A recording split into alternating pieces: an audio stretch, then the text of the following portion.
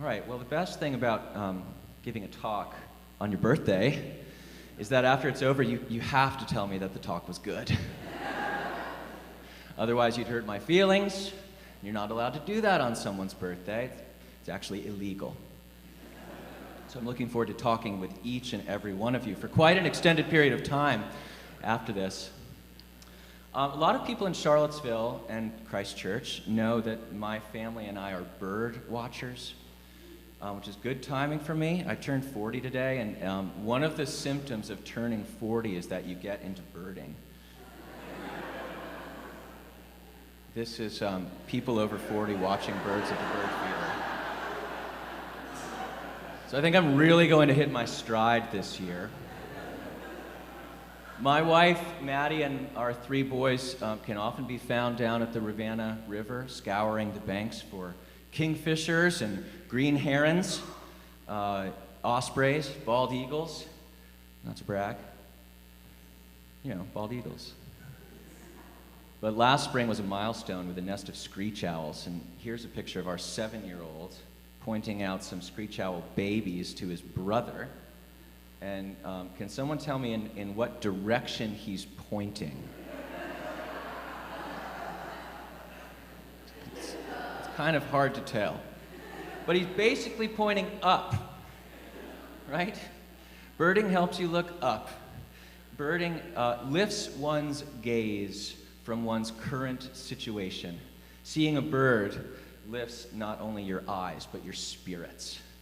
And much like being in this sanctuary, or in this nave, your perspective is naturally lifted. This space was designed to take you outside of yourself. So there's a theological component to birds. Jesus himself may have been a birder because his antidote for anxiety, his prescription for not worrying, do you remember? To consider the birds of the air. Right? That's my best joke of this talk, by the way. Thank you, Paul Zock. There's a documentary on YouTube called Listers, which has been making the rounds online, and it's about 2 brothers, Owen and Quentin Reiser. They find a field guide to birds after smoking a considerable amount of weed. And they say, wouldn't it be cool to see all of these birds? And they spend a year living in their 2010 Kia Sedona, traveling the country. And this is just a little bit of a taste.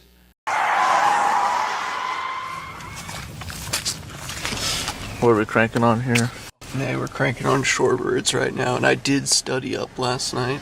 I did look in the book at all the, the doe-witchers, a short-billed this, a long-billed that, this kind of sandpiper, the semi this, the greater that, plover, it's gonna be tough, but that's what we're here for.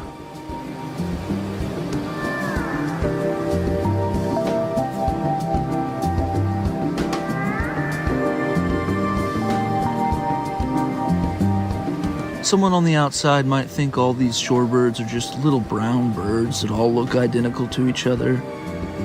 And they're right. That's kind of the whole thing. That really could be our guy.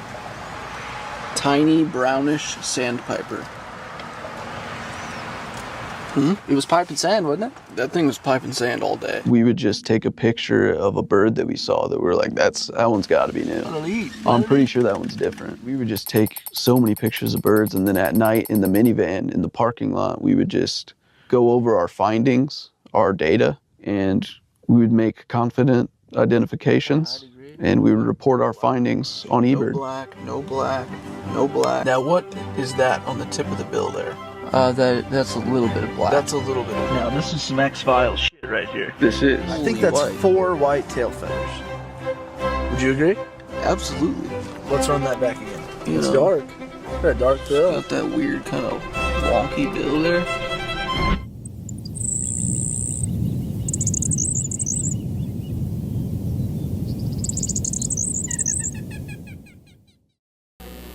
Okay, the documentary is so good. And it's not a movie that I can recommend from the pulpit, but I can recommend it from the altar. There is an endless sense of wonder with birds. They get it. Birds are so much more likable than people. They're far less complicated. But birds, they won't cancel plans on you. They won't give you unsolicited advice. People do that all the time. When birds leave you with a sense of awe, people will inevitably disappoint you. There's a scene from Taylor Caldwell's 1968 novel called The Testimony of Two Men, where two men named Jonathan and Robert are bird watching. And Jonathan calls himself a born bird watcher for the sense of wonder that it instills in him. He says this: I never knew a bird watcher who was smug, or a zoologist who thought man was the crowning glory of creation, or an astronomer who believed man was little lesser than the angels. Jonathan snorted. The Old Testament boys were cryptic. They never explained what angels they were referring to, perhaps the ones who followed Satan down into the pit. Robert stared at him curiously. You don't have a high opinion of your fellow man, do you? The lowest opinion possible, said Jonathan with promptness. If you want to retain your good opinion of mankind, never get too close to it.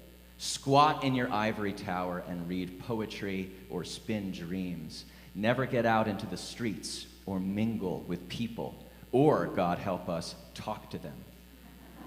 Robert was strangely oppressed. The sound of the river and the cries of the birds became too imminent to him, and now they had an ominous note. Sort of a Hitchcockian twist at the end. The chirping birds turn murderous. But do you see what Jonathan is saying? If you want a good opinion of people, keep your distance. Don't get too close. It's best to divert your eyes from people altogether. If you want hope, look up. Hope is the thing with feathers, right? We don't have any feathers. Emily Dickinson is halfway implying that if you want hope, don't look at us. So, I really wanted the theme of this conference to be about birds. You know, something inspirational, like soaring on eagle's wings, or fly like an eagle, or mount up with wings, or eagles, eagles, eagles. You can see I have an eye for design. But no, the planning committee insisted on anchored by grace, which I thought was not good. Because here's the thing about anchors. They don't bring you up, they bring you down. They're actually designed for that sole purpose, right? Think about it. A floating anchor is a failing anchor. If an anchor does what it's supposed to do, it will take you all the way down to the bottom. Anchors go to a place that is dark, a place with no oxygen, where the only signs of life are those fish with the lights hanging on them. I don't even know what those things are called. More of a bird guy. Those things are not inspiring. They're like something God dreamed up in a nightmare. So what good is an anchor when we aspire to be lifted up to something better than our actual selves, and something less earthly and more heavenly? I'll tell you the answer. I'm going to take the long way around. But Maddie and I, our boys, used to live a few blocks from here near an abandoned brick farmhouse, which has stood dormant for decades, like a 20th century ruin. And people call it the pigeon house, because pigeons are known to roost in its eaves. And the pigeons routinely circle around the roof like soldiers, safeguarding a fortress. And occasionally, one of them will find its way through a hole that leads inside, and it'll get trapped, and then it'll gaze down on us from the second-story window. And one day, a red-tailed hawk somehow found its way inside. And in a state of panic, it would flap against the glass over and over and over again on the upstairs window on the left. And it was pitiful. This bird of prey, a natural-born killer, subjected to the same public mockery as a dim-witted pigeon. My boys and I, we uselessly tried to persuade it to go back the way it came. But nothing would lead it away from the window. Now, hawks can usually last a while without food. Plus, there were probably some pigeon bodies lying around. But shacking up in this abandoned house was not a long-term solution. Time was going to run out. The poet Robert Bly writes about a similar situation. His poem, entitled Warning to the Reader, sets a scene in an empty farm granary that has been swept clean of oats or wheat. He points to the strips of sunlight that shine through the cracks between the shrunken wallboards. And then he points to a bird that's trapped inside. And it flutters up the walls toward the strips of light, but falls back again and again because it can't fit through the cracks. This is what he writes. How many birds have died trapped in these granaries? The bird, seeing freedom in the light, flutters up the walls and falls back again and again. The way out is where the rats enter and leave. But the rat's hole is low to the floor. Writers, be careful then by showing the sunlight on the walls, not to promise the anxious and panicky blackbirds a way out. What's he talking about here? Well, our modern attitude, like Amanda was saying earlier, is centered around upward mobility. We reach for the stars, we climb the ladder, we pull ourselves up, all in the name of striving to be a better version of ourselves. What do people say if they hurt someone or make a mistake? Something like, I wasn't being my best self. What's implied here is that our ideals are the way forward. And this, Robert Bly argues, is dangerously naive. It works in theory, but not in practice. Trying to climb our way toward a better version of ourselves, it often yields the same results as trying to fly through a closed window. It is precisely our ideals that imprison us. So our modern writers of Instagram and self-help section, they show the sunlight on the walls, but it's more of a chimera than an actual path to freedom. Now, you might be thinking, what's so wrong with trying to be my best self? And to be clear, it's a good thing to want to be a better husband or a father or a friend or a neighbor. But Robert Bly says, I say to the reader, beware. Readers who love poems of light may sit hunched in the corner with nothing in their gizzards for 4 days, light failing, the eyes glazed. They may end as a mound of feathers and a skull on the open boardwood floor. You see, chasing after the way things should be, rather than dealing with the way things are, will get you no place good. Unless we crawl through the hole where the rats enter and leave, we will risk wasting away in dark confusion. We will never experience what it feels like to bask in warm sunshine.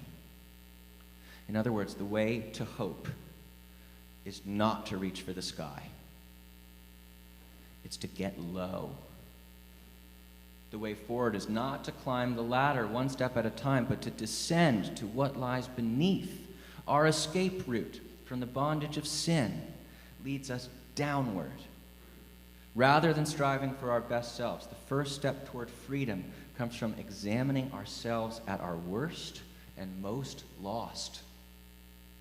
I mean, as a Christian, what makes you righteous? The fact that you're doing your best, or the fact that God loves you at your worst? What I'm getting at is the distinction between the theology of glory versus the theology of the cross. We have now entered the theological portion of this talk. Please stay with me. I will keep this quick. Okay, so Pelagius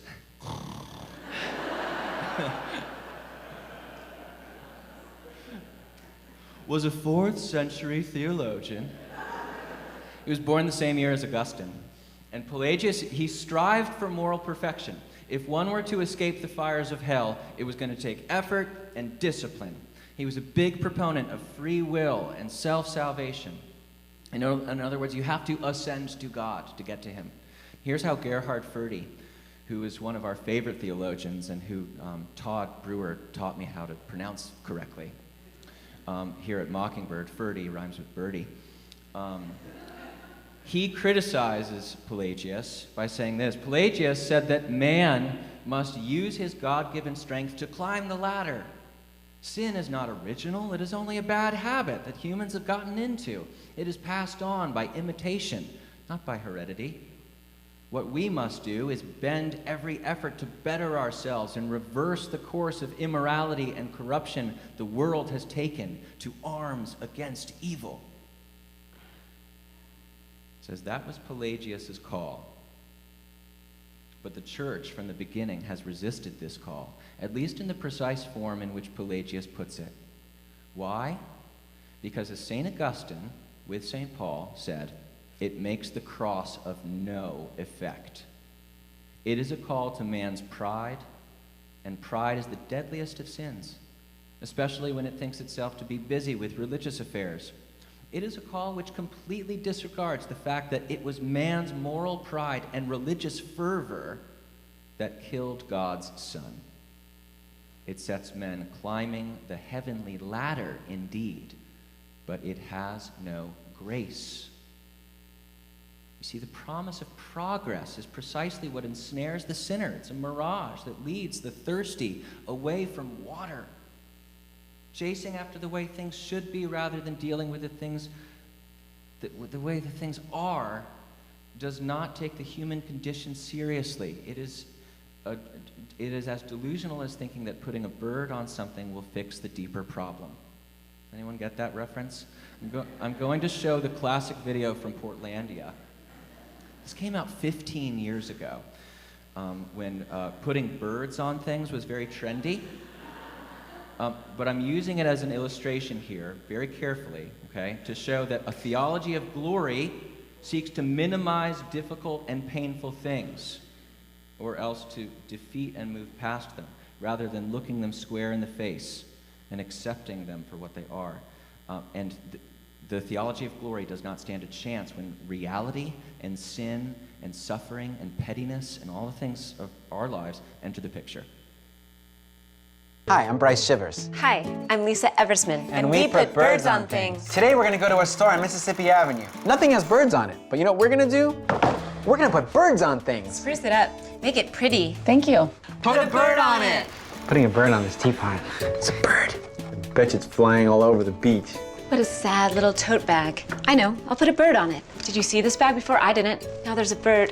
It's flying. It's free. I'm gonna put this bird right on this card. It's so pretty. You like that, ma'am? Fantastic.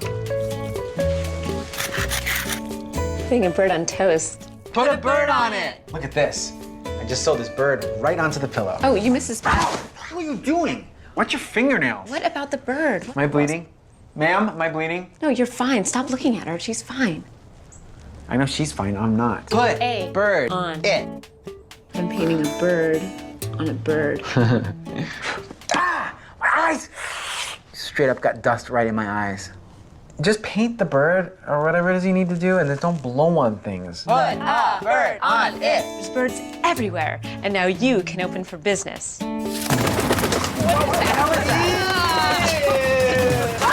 Please go away. I'm allergic, I'm allergic.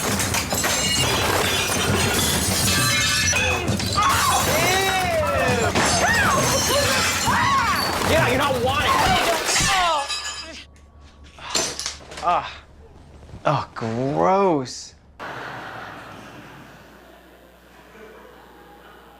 So funny. I think the actual bird that flies into the store represents the Holy Spirit. Don't you think? Wreaking total havoc on our plans to make ourselves righteous. We hate it. We'd rather just put a bird on it.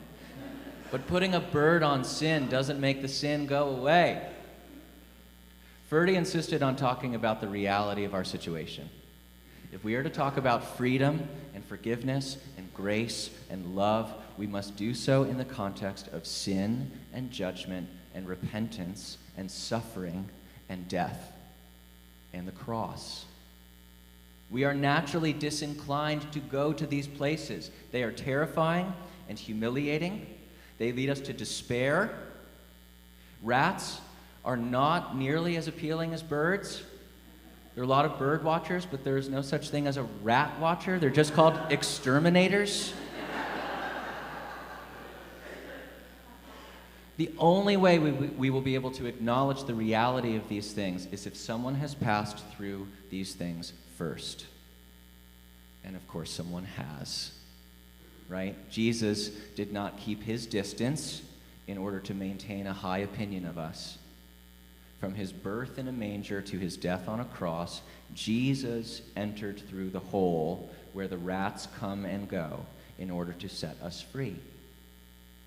When the Apostle Paul says that Jesus humbled himself and became obedient to the point of death, even death on a cross, he is saying that Jesus was not only driven to a position of humility, but of humiliation. No other form of death could have matched crucifixion as the absolute destruction of a person. Ferdy says elsewhere, we see in the death of Jesus our death, and we remember that we are dust. We can begin to take the truth. We learn dying. We live only on the strength of the fact that the Creator breathed his Spirit into the dust and gave us life.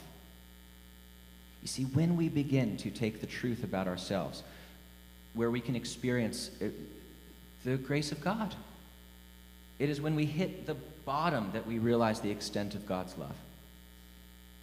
Paul Walker, our rector here, who welcomed us last night, he once said that the best sermon he ever heard was 12 words long.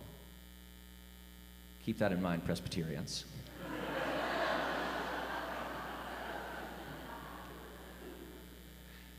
It was given by a seminary professor whose son had died at his funeral. Nobody knew how this man would have the capacity to speak publicly. And the room held its breath as he stood up to speak. "Friends," he said, "I have been to the bottom, and the bottom is solid." And those words echoed through every grieving heart as he sat back down. And somehow, in a meager 12 words, this man had articulated the fullness of God's faithfulness, despite all evidence to the contrary. He had lost his son. His greatest fear had been realized. And yet there was something far stronger than his fear. God's promise to never forsake him. As Paul mentioned last night, and Amanda this morning, the book of Hebrews, it describes God's promise and the hope that his promise brings as a sure and steadfast anchor of the soul. We're all using that verse because clearly there's only one place in the Bible that mentions anchors. Birds, on the other hand,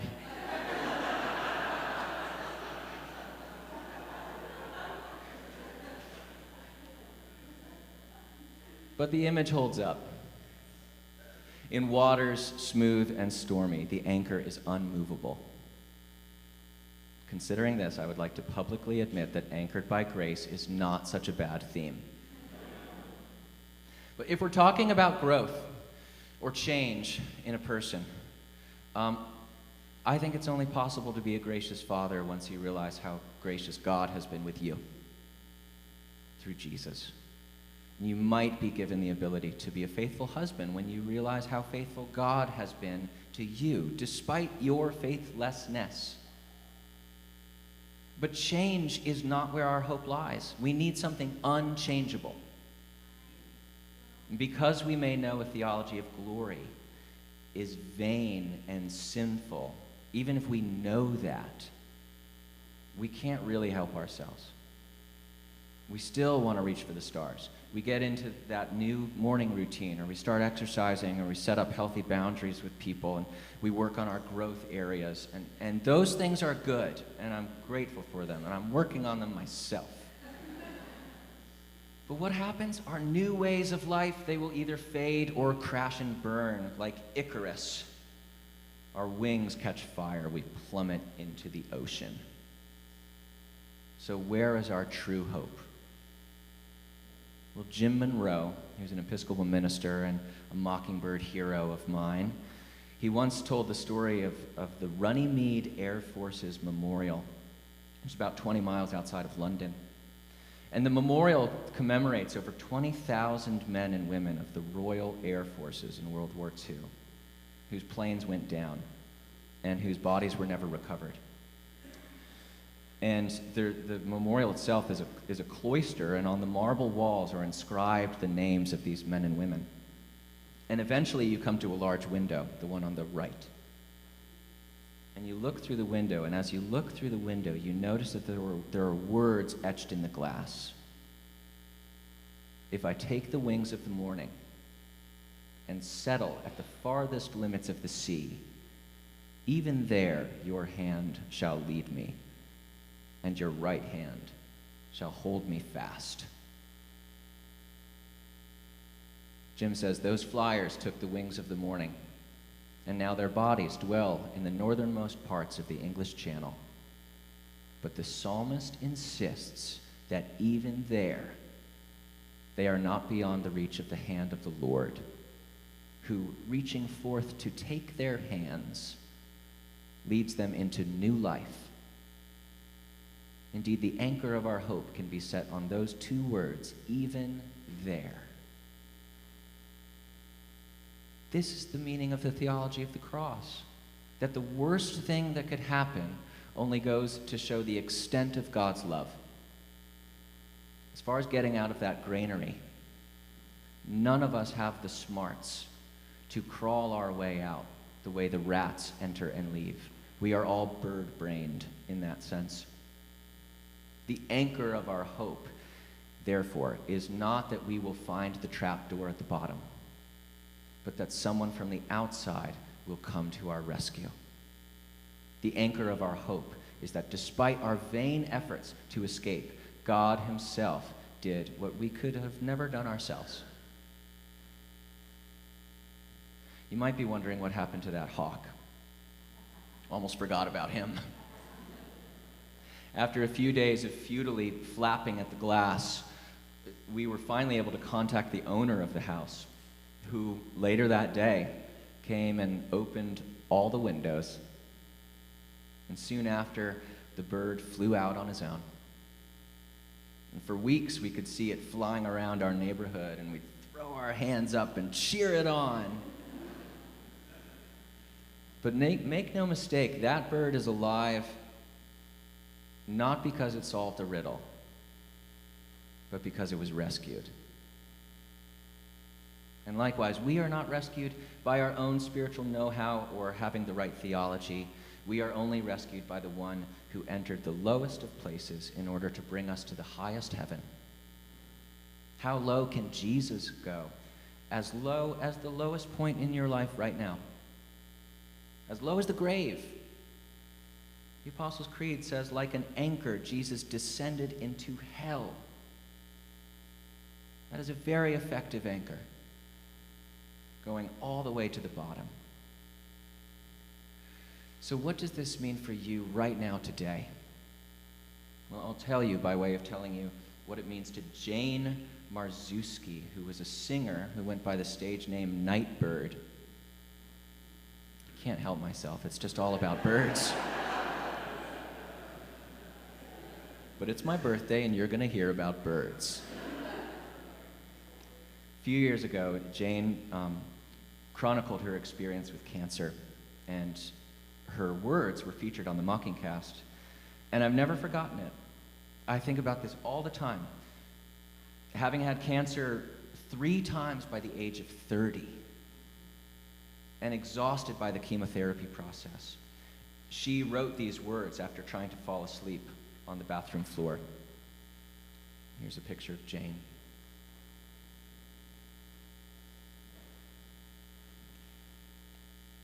I am God's downstairs neighbor, banging on the ceiling with a broomstick.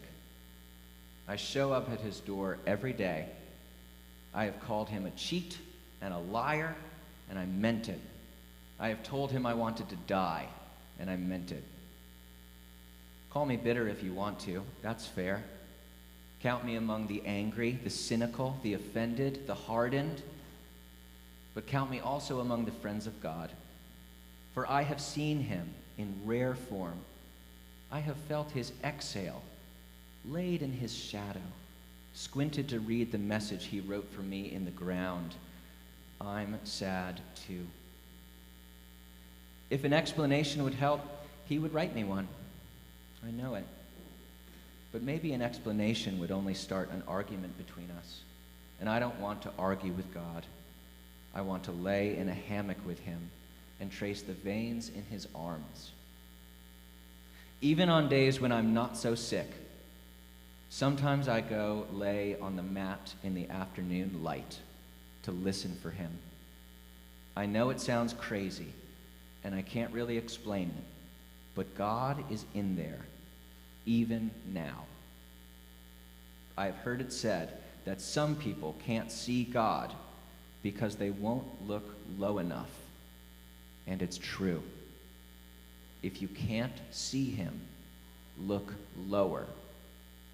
God is on the bathroom floor.